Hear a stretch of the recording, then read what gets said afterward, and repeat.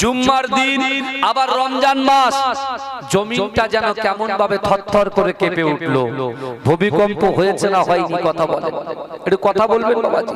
আল্লাহ জলকম্প করবে। এই আপনাদের এরিয়ার ছেলে ইন্দোনেশিয়ায় থাকতো, একটা তবে বুঝতে পেরেছে, আপনাদের এরিয়ার ছেলে 12,000 লোক বসবাস করতো, 12,000। যে মক্তবে পড়াতো, বাচ্চা বাচ্চা ছেলেগুলো, হাইফাই ফ্যামিলির ছেলেগুলো গাড়িতে আসতো, গাড়ি থেকে নেমে ওই মাদ্রাসায় দিয়ে দিত, মসজিদের সাথে মাদ্রাসা, ওই মক্তবে আলিফ বা তাসা শেখাতো, সব কোরআন শেখাতো। ওই ছেলেটা, ওই যুবকটা আর মসজিদে ইমামতি করতে বলছে, ভাইজান সে দৃশ্যের কথা আমি আপনাকে কি বলবো। বলছে শুধু একটা আওয়াজ হচ্ছে, গো গো করে একটা দূর থেকে আওয়াজ শুনতে পাচ্ছি। হঠাৎ করে দেখতে পেলাম পুরো পানিটা প্রায় 5 তলা বিল্ডিং সমানের মতো উঁচু হয়ে গেল, হয়ে এবার আমাদের দিকে ধেয়ে আসছে। বলছে আমি কি করব, দিশিয়ারা হয়ে গেছি। প্রায় 50-60 জন বাচ্চা ছেলে মেয়েদেরকে আমি তাড়াতাড়ি করে দরজা খুলে ওদেরকে ছুটতে বলেছি সামনের দিকে। আর সামনের দিকে একটা পাহাড় মতো ছিল, চূড়ার মতো ছিল, ওরা আস্তে আস্তে উঠছে। বলে ইতিমধ্যে এসে পানি যখন আমাদেরকে গ্রাস করলো, হোল্ডিং খেতে লাগলো। বলে আমি, আমার আর কোনো হুঁশ নেই। অনেক পরে আমি চোখটা যখন খুলছি, দেখছি উপরে হেলিকপ্টার ঘুরছে ঘর ঘর ঘর ঘর করে। তার মানে কি সব শেষ, নিমিষের মতো 12,000, পুরো ইন্দোনেশিয়া পুরো শূন্য, সব শেষ, একটাও বাচ্চা বেঁচে নেই। বলছে হুজুর বিশ্বাস করেন ভাইজান, আল্লাহ পাক ওই 12,000-এর মধ্যে আমি একজনকে আল্লাহ বাঁচিয়ে দিয়েছে। জোরে বলুন। কিন্তু এখন এখানে প্রশ্ন থাকতে পারে ভাই, যে আল্লাহর কোনো দয়া নেই, এত লোক মরে গেল, নাউজুবিল্লাহ মিন যালিক। এরকম ধারণা করাটাই কঠিন, কারণ আল্লাহ কোরআনে বলছেন, বান্দা আহাসিবান নাসু আইয়ুতরাকু আইয়াকুলু আমান্না ওয়া হুম লা ইফতানুন। আল্লাহ কোরআন বলছে, বান্দা তোমরা যারা ঈমান এনেছো, তোমরা কি মনে করো আমি আল্লাহ তোমাদেরকে ছেড়ে দেব? আজকে আমরা ইসলাম থেকে, শরিয়াত থেকে, কোরআন থেকে, পিতামাতার মহব্বত থেকে, বড়দের সম্মান থেকে, ছোটদের স্নেহ থেকে, মানুষের ভালোবাসা থেকে, স্ত্রীর হক থেকে, সন্তানের হক থেকে, পিতামাতার হক থেকে, পাড়োশির হক থেকে আমরা অনেক দূরে সরে গেছি। তার জন্য আল্লাহ পাক রব্বুল আলামিন আমরা যে কুপথের দিশা অবলম্বন করেছি, কুপথের দিশা ফলো আপ করেছি, আল্লাহ শুধুমাত্র একটু আঙুলটাকে নাড়িয়ে দিয়ে আল্লাহ পাক রব্বুল আলামিন এই ভূমিকম্পের দ্বারা সতর্ক বার্তা দিয়েছে, বান্দা তোমাদের চলাফেরাটাকে পরিবর্তন করে নাও। তোমরা যারা কোরআনের সাথে যুক্ত নাও, তোমরা যারা মসজিদের নামাজের সাথে যুক্ত নাও, তোমরা যারা পিতা মাতার সঙ্গে যুক্ত নাও, তোমরা যারা সন্তানের হকের সঙ্গে যুক্ত নাও, তোমরা কিন্তু নিজেদের পরিবর্তন করে নাও। কারণ আমি আল্লাহ পাক রব্বুল আলামিন 30 পারা কোরআন শরীফের ভিতরে পরিষ্কারভাবে ইরশাদ ফরমালাম, বিসমিল্লাহির রহমানির রহিম, ইজা জুলজিলাতিল আরদু জিলজালাহা। কম্পন হবে, ভূমিকম্প হবে, বিশ্বাস করেন। আমরা জানি মাটির নিচে অনেক খনি আছে। বাবাজি আমরা রাত বিরাত বাড়িতে যাই, জলসায় যাই, জলসা থেকে বাড়িতে ফিরে এক একটা হোটেলে একটু ঢুকতে হয়, খেতে হয় কিছু। তো হঠাৎ করে একটা হোটেলে গেছে, সেই হোটেলের লোক মাথায় একটা আপনার রুমালের পট্টি বাঁধা আছে, চুলটা ঠিক এরকম বড়, এত বড়, এত বড়। শুনছেন আপনারা? তিনি বলছেন আমার কানে কানে যে হুজুর আপনার সাথে দুটো কথা আছে, আপনার সাথে দুটো কথা আছে। আমি বলছি কি কথা ভাই? বলছে হুজুর অর্থের ভান্ডার আছে মাটির নিচে, ওটা বার করে দিতে হবে। বুঝতে পারছেন? ধন ভান্ডার আছে, বিশাল বড় ভান্ডার, তাতে সোনা গয়না মণি মুক্তা সবকিছু আছে, ওটা আমাকে বার করতে হবে। ভাই কি করে জানলে তুমি? বলে হুজুর আমি স্বপ্ন দেখেছি। এই শুনছেন? এই উঠে চলে যাচ্ছেন নাকি? হ্যাঁ একেবারে চট দিয়ে দেন, ইনশাআল্লাহ কোনো চাপ নেই। হ্যাঁ চট দিয়ে। কেন আমাকে 7:30 পেরেছেন না, আমি ঠিক টাইমে ঢুকে গেছি। এবার এখন যদি সাপোজ যেভাবে ইশতেহারে লেখা আছে মানুষ সেইভাবে আসবে, চিন্তার করার কারণ নেই। 9:30টায় নামাজ ইনশাআল্লাহ হবে, কোনো অসুবিধা নেই। আমার বাবাজিরা একটু ভালো করে। কিন্তু এই যে জান্নাতের বাগানে আমরা বসে আছি, আল্লাহ পাক কোরআনে বলছে বান্দা ওহুয়া মাকুম আইনামা কুনতুম, আল্লাহ বলছে বান্দা তোমরা যেখানে আমি আল্লাহ সেখানে। জোরে সুবহানাল্লাহ। আমি আজকে আমলেশ্বরের মাবুনকে বলবো, আমার প্রাণ প্রিয় আমার যুবক বলবো, তোমরা যারা এদিকে ওদিকে ঘুরছো কোনো ব্যাপার নাই, তোমরা ঘোরো, কিন্তু একটা জিনিস আমার প্রশ্নের জবাব দিতে হবে। এই দুনিয়াতে আসার সিরিয়াল আছে, যাওয়ার কি কোনো সিরিয়াল আছে?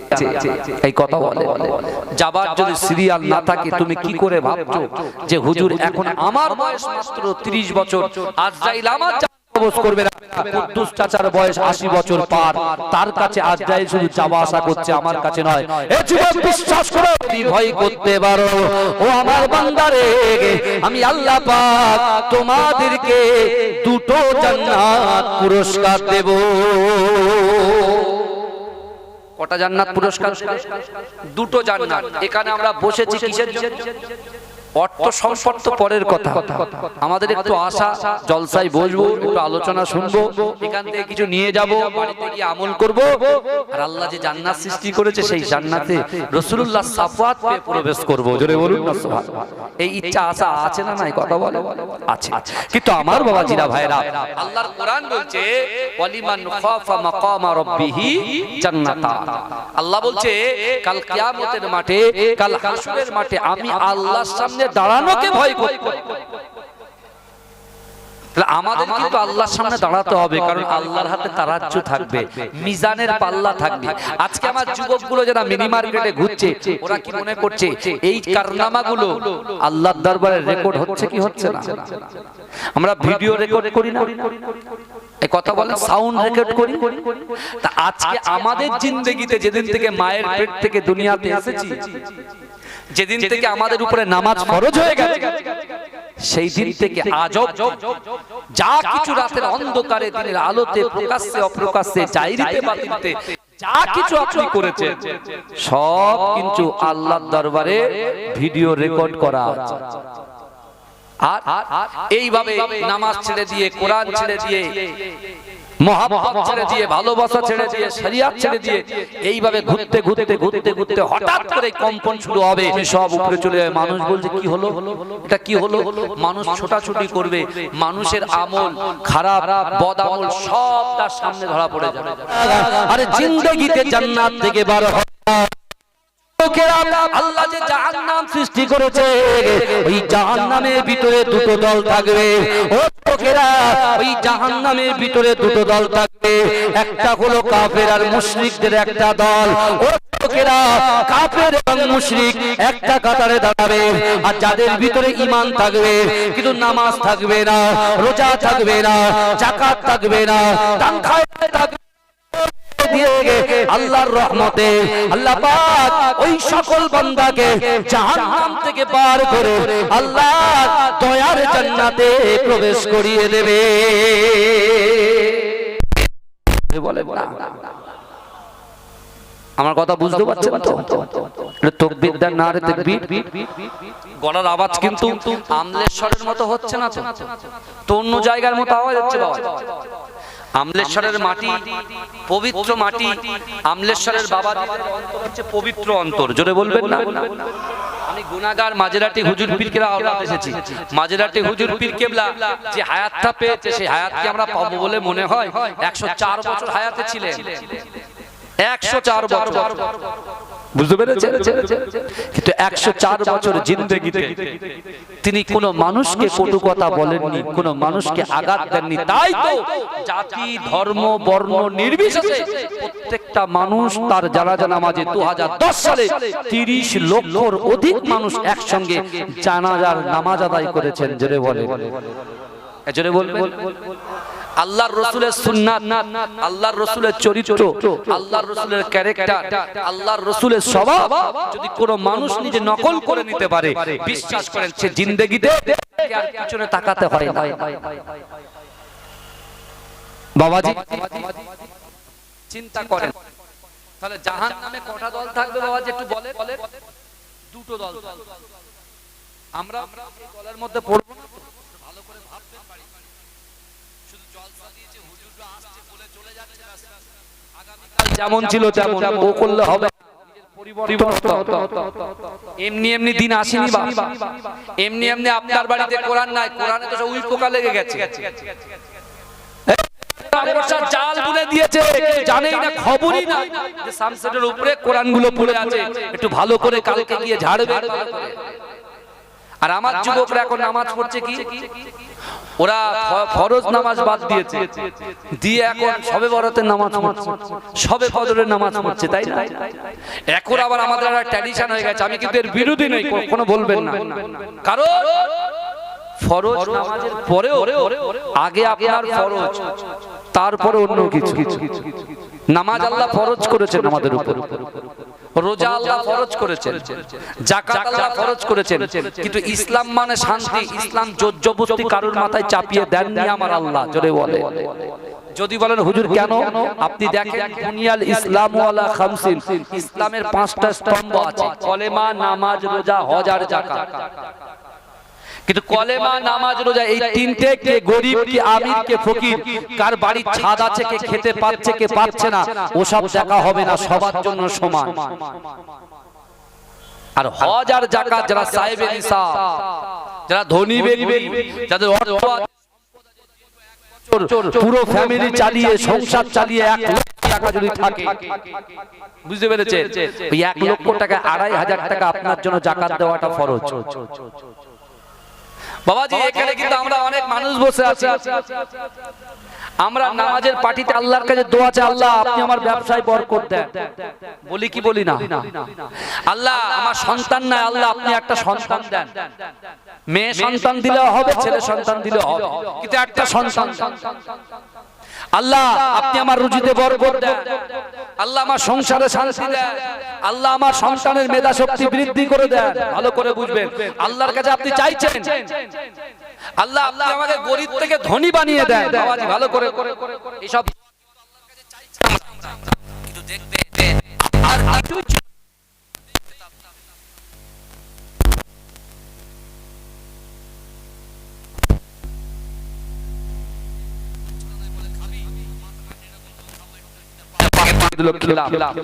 সেই দিনকার কথা চিন্তা করেন, আর আজকের ইন দা মেন টাইমের কথা চিন্তা করেন, দেখবেন আগের থেকে আল্লাহ আপনাকে অনেক চেঞ্জ করে ডেভেলপ করে দিয়েছে। জোরে বলে। কিন্তু আপনি যে আল্লাহর কাছে ওয়াদা করেছেন, সেই ওয়াদা বেখেলাফ হয়ে আমার ভাইজানেরা, হে নবী পাকের উম্মত উম্মতিরা, হে নবী দেওয়ানারা, একটু ভালো করে বোঝার চেষ্টা করে, কিছু মনে নেবেন না। ও যুবকেরা, একজন আল্লাহ পাকের ওলি, তিনি তার গ্রন্থ লিখতে লিখতে বলছে, না না না, দুনিয়ার জমিনে যত আল্লাহর বান্দা বান্দিরা আছে, আল্লাহর বান্দা বান্দিরা আছে, রাসূলুল্লাহর উম্মত উম্মতিরা আছে, তাদের নিজের যে পার্সোনাল ব্যাংক ব্যালেন্স, অর্থ সম্পদ যা কিছু আছে, আসবাবপত্র, জমি জায়গা, গাড়ি বাড়ি যা কিছু আছে, ওই সম্পদগুলো হচ্ছে পানির মতো। কিসের মতো? পানির মতো। আপনার কাছে সম্পদ আছে, আমার কাছে পকেটে কিছু পয়সা আছে, এই টাকাগুলো কি, অর্থগুলো কি, পানির মতো। কিসের মতো বলেন বাবাজি? পানির মতো। ওয়াজ ভালো করে বোঝেন, ওয়াজ বোঝাচ্ছি, পানির মতো। আমরা হচ্ছি নৌকার মতো। নৌকা মিন্স জাহাজের মতো। আচ্ছা বলেন তো বাবাজি, পানি ছাড়া নৌকা চলতে পারে? সামনে পানি, ডান দিকে পানি, পিছনে পানি, ডান দিক বাঁ দিকে পানি, তারপরে নৌকাটা ঠিকঠাক চলবে তো নাকি? তো এখানে অনেক বলে, হুজুর আপনি তো ফতোয়া দিয়ে যাচ্ছেন, আমি না খাটলে খাওয়া হবে না। বুঝতে পারছেন না? এই যখন ফজরের সময় জলসা বলে, হুজুর তাড়াতাড়ি শেষ করেন তো, বাজারে যাব তো, বাজারে যাব। আচ্ছা ঠিক আছে, আলহামদুলিল্লাহ, কথাটা ঠিক। এই তো আপনাদের কথা বলছি, আপনাদের মনের কথা তো বলছি তো, যে টাকা না থাকলে সংসার চালাবে কি করে? টাকা যদি না থাকে সংসার চলবে কি করে? অর্থ যদি না থাকে সন্তানের মেধা শক্তি বৃদ্ধি হবে কি করে? তাকে ভালো স্কুলে পড়াতে হবে, ভালো মাস্টার দিতে হবে, এই কথা বলে না, তাকে প্রাইভেট দিতে হবে। ছেলেকে শুধু প্রাইভেটে পড়াবেন, বাড়ি এসে ছেলে খেলতে চলে যাবে, ও পড়ায় কাজ হবে? এই কথা বলে। তাহলে আপনি চাষ করবেন, সেখানেও টাকা না থাকলে সার কিনবেন কি করে, বীজ কিনবেন কি করে? আলু কিনবেন কি করে, পেঁয়াজ রুইবেন তো পেঁয়াজ কিনবেন কি করে, তাদের টাকার প্রয়োজন তো। কিন্তু ভালো করে বোঝেন আল্লাহর ওলিরা যে কথাগুলো বলে ফিকির করে বলে, চিন্তা করে বলে। তিনি বলছেন যে তোমাদের অর্থ সম্পদ হচ্ছে পানির মতো, আর তোমরা হচ্ছে নৌকার মতো, জাহাজের মতো। কিন্তু বাবাজি নৌকা চলছে পানির উপরে, তুমি টাকার জন্য সবকিছু করছো, তোমার নৌকা ঠিকঠাক চলে যাচ্ছে। কিন্তু বাবাজি ওই পানির ভিতর থেকে নৌকার নিচে থেকে ছিদ্র যদি হয়ে যায়, পানি যদি নৌকার ভিতরে ঢোকে, সেই নৌকার অবস্থা কি হবে বলেন তো? এই কথা বলে কি হবে? ডুবে যাবে। ভালো করে আজ বলেন আমার ভাই জানেরা, হে নবী পাকের উম্মত উম্মতিরা, হে নবী দেবানারা, বিশ্ব নবী রাসূলুল্লাহ সাল্লাল্লাহু আলাইহি ওয়াসাল্লাম মদিনার মসজিদে নববী শরীফে বসে আছেন। আল্লাহর রাসূল সাহাবাদেরকে বললেন, ও আমার সাহাবারা, কাল কিয়ামতের মাঠে, কাল হাসরের মাঠে প্রত্যেক নবীদেরকে একটা করে মেম্বার করে দেওয়া হবে। ও যুবকেরা, ও নবী পাকের উম্মত উম্মতিরা, আল্লাহ পাকের আরশে আজিমের ডান দিকে সব থেকে উচ্চ, সব থেকে সুন্দর, সব থেকে বড় মিম্বারটা হবে আমার আপনার নবী, দয়ার নবী, সোনার নবী জানাবে মুহাম্মদ রাসূলুল্লাহ সাল্লাল্লাহু আলাইহি ওয়াসাল্লামের মিম্বার। ও যুবকেরা, ও নবী পাকের উম্মত উম্মতিরা, কিয়ামতের ময়দানে সকল পয়গম্বরেরা যে যার মেম্বারে বসে যাবে। আল্লাহ পাকের আরশে আজিমের বাম দিকে নবী ইব্রাহিম আলাইহিস সালাতু ওয়াস সালাম ওই মেম্বারে যখন বসে থাকবে, আল্লাহ পাকের আরশে আজিমের ডান দিকে তাকাবে। ওই মেম্বারটা যখন খালি পড়ে থাকবে, ওই সময় ইব্রাহিম আলাইহিস সালাতু ওয়াস সালাম আল্লাহকে জিজ্ঞাসা করবে, ওগো রব্বুল আলামিন, আল্লাহ পাক আপনার ডান দিকে যে মেম্বারটা আছে, ওই মেম্বারটা কেন খালি পড়ে আছে? আমার আল্লাহ বলবে, ও আমার পয়গম্বরেরা, না না না, তোমরা তো তোমাদের উম্মতের কথা চিন্তা করলে না, তোমরা তোমাদের উম্মতের কথা ভাবলে না, না না না, সকলে নিজের কথা ভেবে যে যার মেম্বারে বসে গেলে। কিন্তু আমার পয়গম্বরেরা, ও ইব্রাহিম শোনো শোনো, আমি আল্লাহ পাকের ডান দিকে যে মেম্বারটা খালি পড়ে আছে, এই মেম্বারওয়ালা আমি আল্লাহর কাছে ওয়াদা করেছে, ওগো রব্বুল আলামিন, আল্লাহ যতক্ষণ পর্যন্ত আপনি আমার গুনাহগার উম্মত উম্মতিদের জীবনের গুনাহ খাতাগুলো ক্ষমা না করে দয়ার জান্নাতে না দেবে, ততক্ষণ পর্যন্ত আমি রাসূলুল্লাহ এই মেম্বারে বসবো না। আমার রাসূলুল্লাহ কতটা মুহাব্বত করছে, সেই রাসূল মসজিদে নববীতে এই কথাগুলো আলোচনা করছে। বাবাজি গত 3 দিন আগে, এই গত 4-5 দিন আগে, আজকেও শিলাবৃষ্টি হয়েছে, জানেন তো? আপনারা শিলাবৃষ্টি শিল পড়ে নাকি নাজরাতে হচ্ছে? হ্যাঁ, ঈদের আগের দিন তো আরো বেশি হয়েছিল। ঈদের আগের দিনকে আমি গিয়েছিলাম সেই নন্দীগ্রামের ওখানে, সে জলসা হয়নি, ফিরে আসতে হয়েছে, বুঝতে পেরেছেন? গিয়েছিলাম বাবাজি, ভালো করে বুঝুন। তা আল্লাহ রাসূল এই সকল কথাগুলো সাহাবাদেরকে বলছেন।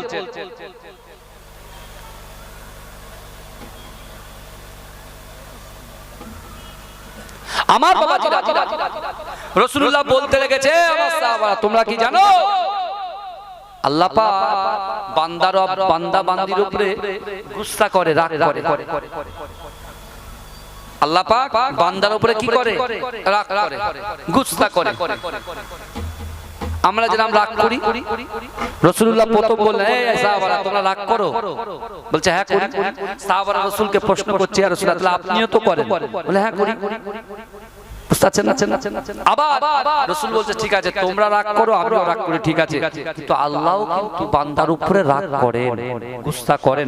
আল্লাহ পাকের একটা নাম কাহা, তাই না? কথা বলে আল্লাহ গুসা, যেই বলেছে সাহাবারা ঠক ঠক করে কাঁপছে। আচ্ছা বাবাজি, আপনি বলে দুনিয়াতে যদি আল্লাহ বান্দার উপরে রেগে যায়, তা আল্লাহর রাগ কমানোর জন্য ক্ষমতা আমাদের আছে? এই কথা বলে কারোর পাওয়ার আছে? কথা বলে তা আল্লাহ রাসূল দাঁড়াও, ঠক ঠক করে কাঁপার আগে কথাগুলো তো শোনো। ফজরের নামাজের পরে আল্লাহ রাসূল বলতেন, বলছে আল্লাহ যখন বান্দার উপরে গুস্তা করে, আল্লাহ চারটে আযাব এই দুনিয়ার জমিনে অবতীর্ণ করে। কটা আযাব? চারটে আযাব। হ্যাঁ, এক নম্বর আল্লাহ পাক ভূমিকম্প করে দেয়, জমিনটাকে নড়িয়ে দেয়। এটা আমরা অবগত, বিগত দিনেও আমরা দেখেছি ভূমিকম্প হতে। কথা ঠিক না? বল যেই হয়েছে লা ইলাহা ইল্লাল্লাহ মুহাম্মাদুর রাসূলুল্লাহ, লা ইলাহা ইল্লাল্লাহ মুহাম্মাদুর রাসূলুল্লাহ, যেই হয়ে গেছে বলে হ্যালো বন্ধু চলে আয়, তাড়াতাড়ি খেলতে চলে যাও, মাঠে যাবো, চ। আল্লাহ বলে দেখেছো এদেরকে আমি সাবধান করলাম, সাবধান করলাম। কেমন সাবধান করলে? এই দেখেন, আমরা যে যার নিজের সন্তানগুলোকে ভালোবাসি, বাসি কি বাসি? এই কথা বলে আল্লাহ আমাদের ভালোবাসে বলেই সাবধান করেছে। আপনি দেখেন, ধরেন আপনার বাড়িতে একটা 1.5 বছরের বাচ্চা আছে, সবে মাত্র সে হামাগুড়ি দিচ্ছে। আমার কথা শুনছেন তো? সবে মাত্র সে কি করছে? হামাগুড়ি দিচ্ছে। আপনি সকালবেলা কোনো কাজে যাবেন, হঠাৎ করে আপনি দেখছেন সেই বাচ্চাটা হামাগুড়ি দিচ্ছে, কিন্তু আপনার ওই বাড়ির উঠানের সামনে বিশাল বড় একটা পুকুর আছে। আপনি কার্যক্ষেত্রে যাচ্ছেন, কেউ পিউটি প্যারিসের কাজে যাচ্ছেন, কেউ চাষাবাদের কাজে যাচ্ছেন, কেউ অফিসে যাচ্ছে, কেউ স্কুলে যাচ্ছে, কেউ আপনার লেদার ফ্যাক্টরিতে যাচ্ছে, যার কর্মে যাচ্ছে। কিন্তু হঠাৎ করে যে বাচ্চাটা খেলছে, কিন্তু সে চুপচাপ দাঁড়িয়ে আছে। ভাই দাঁড়িয়ে আছে বলে জানো না আমি আমার সোনামানিককে কতটা ভালোবাসি? বলে কেন? বলছে ও তো বোঝে না, ও এখন হামাগুড়ি দিতে দিতে যদি পুকুরের পাড়ে চলে যায়, ও তো পুকুরের পাড়ে গিয়ে ডুবে যেতে পারে, ইন্তেকাল হয়ে যেতে। এই কথা বলে তাহলে কেন? ওই জন্য আমি দাঁড়িয়ে আছি, আমার মানিককে তো আমি ভালোবাসি, আমার সন্তানকে তো আমি ভালোবাসি। কিন্তু আমার ভাইজানেরা, হে নবী পাকের উম্মত উম্মতিরা, হে নবী দেওয়ানারা, আপনি যেমন আপনার সন্তানকে ভালোবাসেন, আপনার সন্তানের দিকে তাকিয়ে আছেন, ডান দিকে যাচ্ছে ডান দিকে দেখছেন, বাম দিকে যাচ্ছেন বাম দিকে দেখছেন, পিছনে যাচ্ছে পিছনের দিকে দেখছেন, সামনে যাচ্ছে সামনে দেখছেন। ও যুবকেরা, আমার আল্লাহ পাক রব্বুল আলামিন গফুরুর রহিম মালিক ইয়াউমিদ্দিন, আল্লাহ আমার তার বান্দাকে কত মহব্বত করে, কত ভালোবাসে গে। ও যুবকেরা, আল্লাহ পাক রব্বুল আলামিন কোরআন পাকের ভিতরে পরিষ্কারভাবে জানিয়ে দিলেন, ও বান্দা ফাইনামা তুআল্লু ফাসাম্মা ওয়াজহুল্লাহ। আমার আল্লাহ বলে, বান্দা আমি আল্লাহ তোমাদেরকে এত মহব্বত করি, এত ভালোবাসি। ও বান্দা, তোমরা যখন ডান দিকে তাকাও, ওই ডান দিকে আমি আল্লাহ আছি। তোমরা যখন বাম দিকে তাকাও, ওই বাম দিকে আমি আল্লাহ আছি। তোমরা যখন সামনে তাকাও, সামনেও আমি আল্লাহ আছি। ও বান্দা, তোমরা যখন পিছনে তাকাও, পিছনেও আমি আল্লাহ আছি। এজরে বলে, কিন্তু আমরা বোঝার চেষ্টাও করি না। আমরা বলছি ফসল সুন্দর চকচকে করে, সারের ক্ষমতা, কিন্তু না, ও আপনার মাটিরও কোনো পাওয়ার নেই, আপনার বীজেরও কোনো পাওয়ার নেই, আপনার সারেরও কোনো পাওয়ার নেই, আপনার মেডিসিনের কোনো পাওয়ার নেই। এই পাওয়ার হচ্ছে আমার আল্লাহর পাওয়ার। জোরে বলে, এটা স্বীকার করেন তো নাকি? কথা বলেন, স্বীকার করেন তো? আমার যুবকরা যে একবার এই মুড়ো থেকে সে মুড়ো হেঁটে হেঁটে যাচ্ছে, ওর পায়ের শক্তিটা কে দিচ্ছে? এই কথা বলে। তাহলে আমরা মুখে বলি হুজুর আল্লাহকে ভয় করি, মুখে বলি রাসূলকে ভালোবাসি, কিন্তু যুবকেরা বেসিক্যালি ওই যে জাহান্নামে দুটো দল হবে, ওই দলের ভিতরে আমরা না তো। যে কথা দিয়ে কথা বেকেলাপ করে সে কি বলেন তো? মুনাফিক। ভালো করে বুঝেন, রাসূলুল্লাহ মসজিদে নববীতে কথাগুলো আলোচনা করতেন সাহাবাদেরকে নিয়ে, আর রাসূল বলেন চারটি আযাব অবতীর্ণ হবে। এক, আল্লাহ ভূমিকম্প করে দেবে। দুই, আল্লাহ জলকম্প করবে। এই আপনাদের এরিয়ার ছেলে ইন্দোনেশিয়ায় থাকতো, একটা তবে বুঝতে পেরেছে? আপনাদের এরিয়ার ছেলে 12,000 লোক বসবাস করতো, 12,000। যে মক্তবে পড়াতো, বাচ্চা বাচ্চা ছেলেগুলো, হাইফাই ফ্যামিলির ছেলেগুলো গাড়িতে আসতো, গাড়ি থেকে নেমে ওই মাদ্রাসায় দিয়ে দিত, মসজিদের সাথে মাদ্রাসা, ওই মক্তবে আলিফ বা তাসা শেখাতো, সব কোরআন শেখাতো। ওই ছেলেটা, ওই যুবকটা আর মসজিদে ইমামতি করতে। বলছে ভাইজান, সে দৃশ্যের কথা আমি আপনাকে কি বলবো? বলছে শুধু একটা আওয়াজ হচ্ছে, গো গো করে একটা দূর থেকে আওয়াজ শুনতে পাচ্ছি। হঠাৎ করে দেখতে পেলাম পুরো পানিটা প্রায় 5 তলা বিল্ডিং সমানের মতো উঁচু হয়ে গেল, হয়ে এবার আমাদের দিকে ধেয়ে আসছে। বলছে আমি কি করব, দিশিয়ারা হয়ে গেছি। প্রায় 50-60 জন বাচ্চা ছেলে মেয়েদেরকে আমি তাড়াতাড়ি করে দরজা খুলে ওদেরকে ছুটতে বলেছি সামনের দিকে। আর সামনের দিকে একটা পাহাড় মতো ছিল, চূড়ার মতো ছিল, ওরা আস্তে আস্তে উঠছে। বলে ইতিমধ্যে এসে পানি যখন আমাদেরকে গ্রাস করলো, হোল্ডিং খেতে লাগলো। বলে আমার আর কোনো হুঁশ নেই। অনেক পরে আমি চোখটা যখন খুলছি, দেখছি উপরে হেলিকপ্টার ঘুরছে ঘর ঘর ঘর ঘর করে। তার মানে কি সব শেষ, নিমিষের মতো 12,000, পুরো ইন্দোনেশিয়া পুরো শূন্য, সব শেষ, একটাও বাচ্চা বেঁচে নেই। বলছে হুজুর বিশ্বাস করেন ভাইজান, আল্লাহ পাক ওই 12,000-এর মধ্যে আমি একজনকে আল্লাহ বাঁচিয়ে দিয়েছে। জোরে বলুন। কিন্তু এখন এখানে প্রশ্ন থাকতে পারে যে আল্লাহর কোনো দয়া নেই, এত লোক মরে গেল, নাউজুবিল্লাহ মিন যালিক। এরকম ধারণা করাটাই কঠিন, কারণ আল্লাহ কোরআনে বলছেন বান্দা আহাসিবান নাসু আইয়ুতরাকু আইয়াকুলু আমান্না ওয়া হুম লা ইফতানুন। আল্লাহ কোরআন বলছে বান্দা তোমরা যারা ঈমান এনেছো, তোমরা কি মনে করো আমি আল্লাহ তোমাদেরকে ছেড়ে দেব? ওয়া হুম লা ইফতানুন, আমি আল্লাহ কি তোমাদের পরীক্ষা করব না? এই আয়াতটা বলতে যে আমার এতটাই ভালো লাগে। হে যুবকেরা বিশ্বাস করেন, এই আয়াতের ভিতরে যদি মানুষ ভালো করে মনোনিবেশ করে, তার পাগলটা সেরে যাবে। আমি মনে করছি নামাজ পড়ছি হয়ে গেছে, রোজা করছি হয়ে গেছে, যাকাত দিচ্ছি হয়ে যাচ্ছে, কিন্তু না, আল্লাহ এখানে বলছে তোমরা যারা ঈমান এনেছো, শুনছেন আপনারা? তোমরা যারা ঈমান এনেছো, তোমরা কি মনে করো আমি আল্লাহ তোমাদেরকে ছেড়ে দেব? নামাজ পড়েছে বলে ছেড়ে দেব, রোজা করেছে বলে ছেড়ে দেব, পিতা মাতার খিদমত করেছে বলে ছেড়ে দেব, স্বামীর খিদমত করেছে বলে ছেড়ে দেব, বাপের খিদমত করেছে বলে ছেড়ে দেব, পাড়োশির খিদমত করেছে বলে ছেড়ে দেব, অসহায় এতিমদের খিদমত করেছে বলে ছেড়ে দেব? তারপরে আল্লাহ বলছেন ওহুম লা ইফতানুন, আমি আল্লাহ কি তোমাকে পরীক্ষা করব না?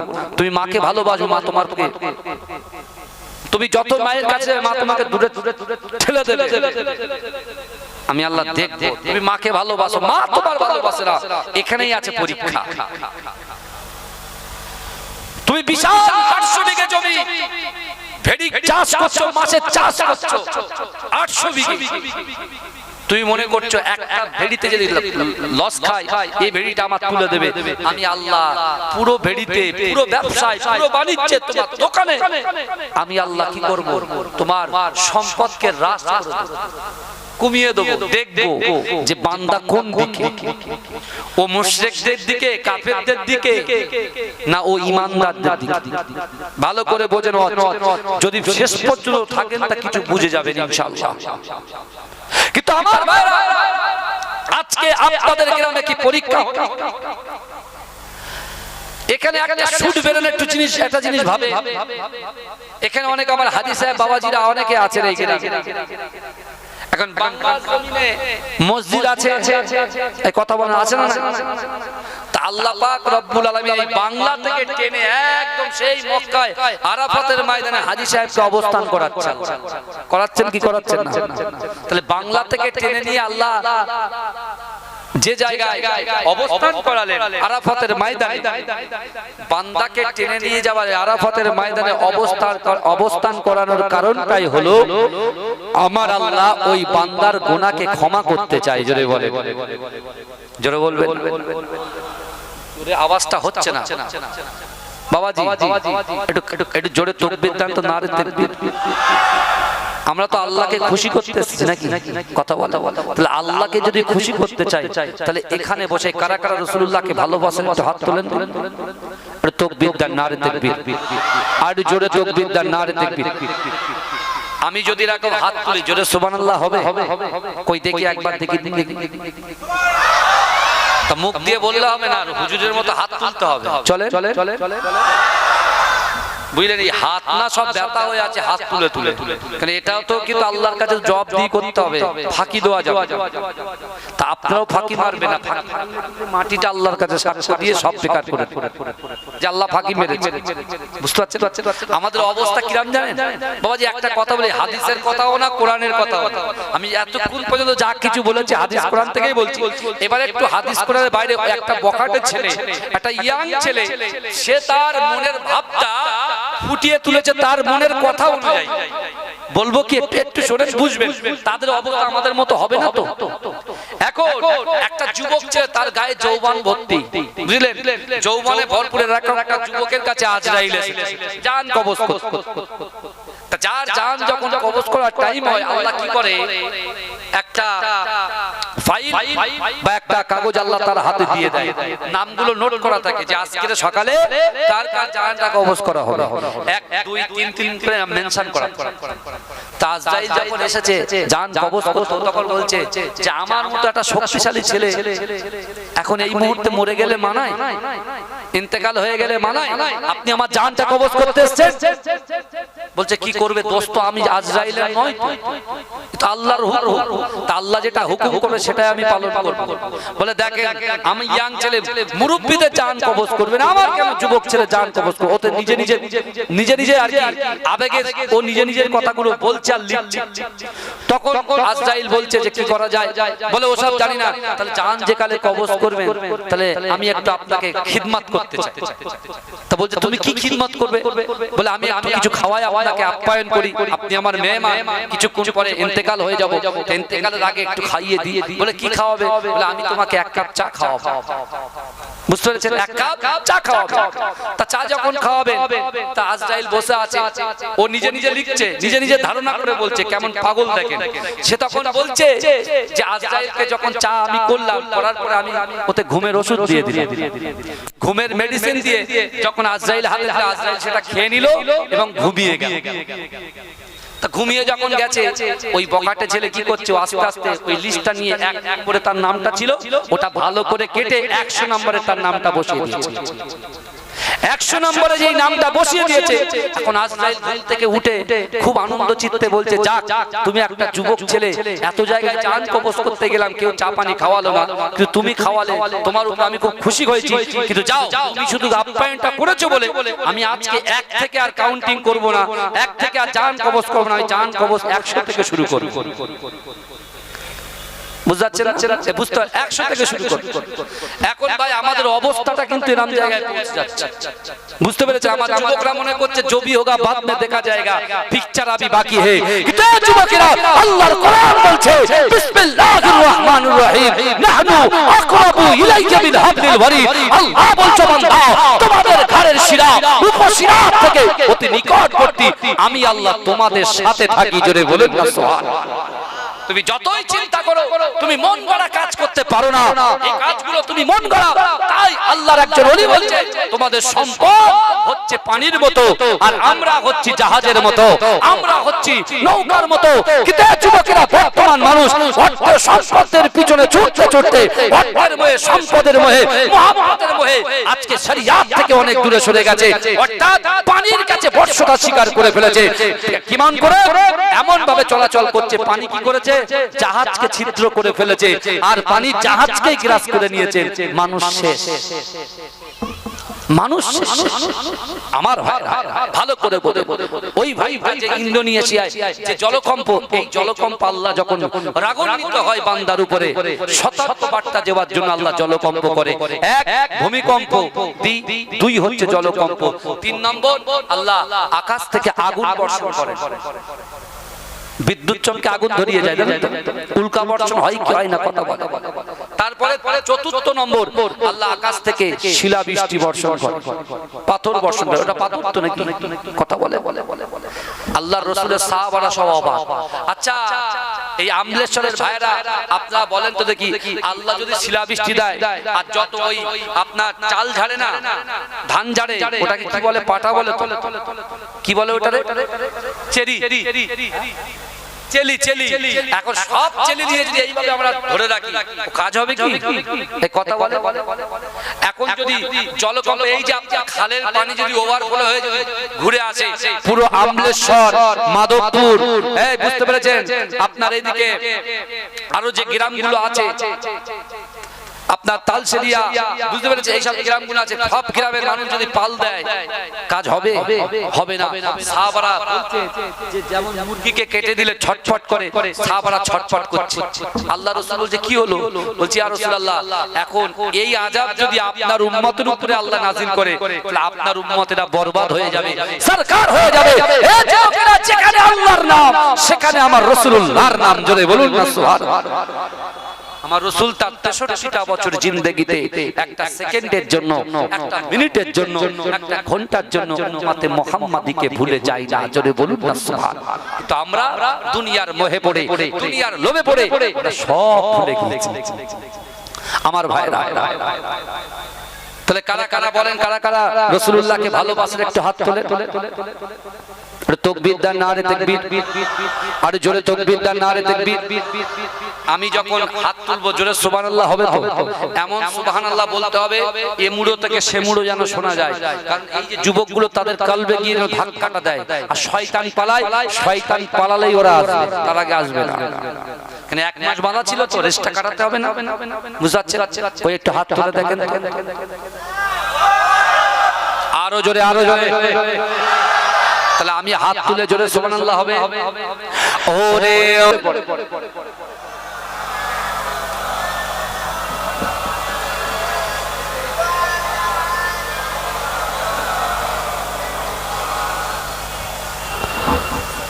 আমার বাবাজিরা, ভাইরা, যে কথা আমি আপনাদের সাথে বলছিলাম, এখন বিশ্ব নবী রাসূলুল্লাহ সাহাবাদেরকে বললেন, ও আমার সাহাবারা শোনো, আল্লাহ এই 4টে আযাব অবতীর্ণ করবে।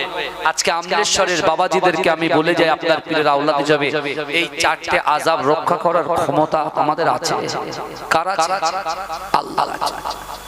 কিন্তু আল্লাহ রাসূলের সাহাবারা আল্লাহ রাসূলকে বললেন, ইয়া রাসূলুল্লাহ, হাবিবাল্লাহ, না না না, আপনি যখন দুনিয়া থেকে পর্দা নেবেন, আপনার উম্মতের উপরে এই 4টে আযাব যদি আল্লাহ নিক্ষেপ করে দেয়, আপনার উম্মতরা ছারখার হয়ে যাবে, বরবাদ হয়ে যাবে।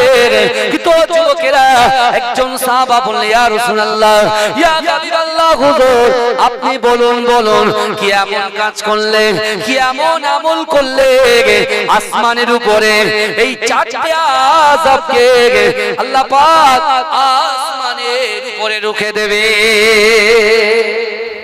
ইয়া রাসূলুল্লাহ, ইয়া হাবিবাল্লাহ, আপনি একটু বলে দেন, না আমরা বরবাদ হয়ে যাব, আপনার উম্মতরা সরকার হয়ে যাবে। একবার বলে দেন কি এমন কাজ করলে আল্লাহর রাগ ঠান্ডা হবে?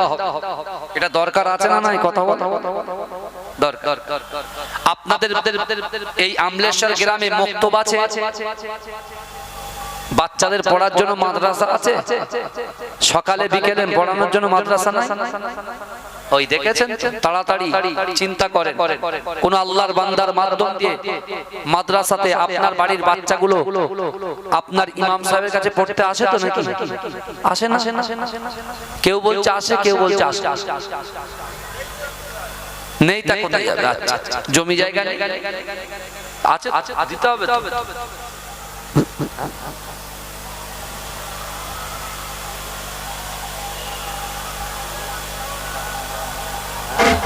গজল পরে হবে, দাঁড়ান, এই কথাগুলো জানার দরকার আছে না?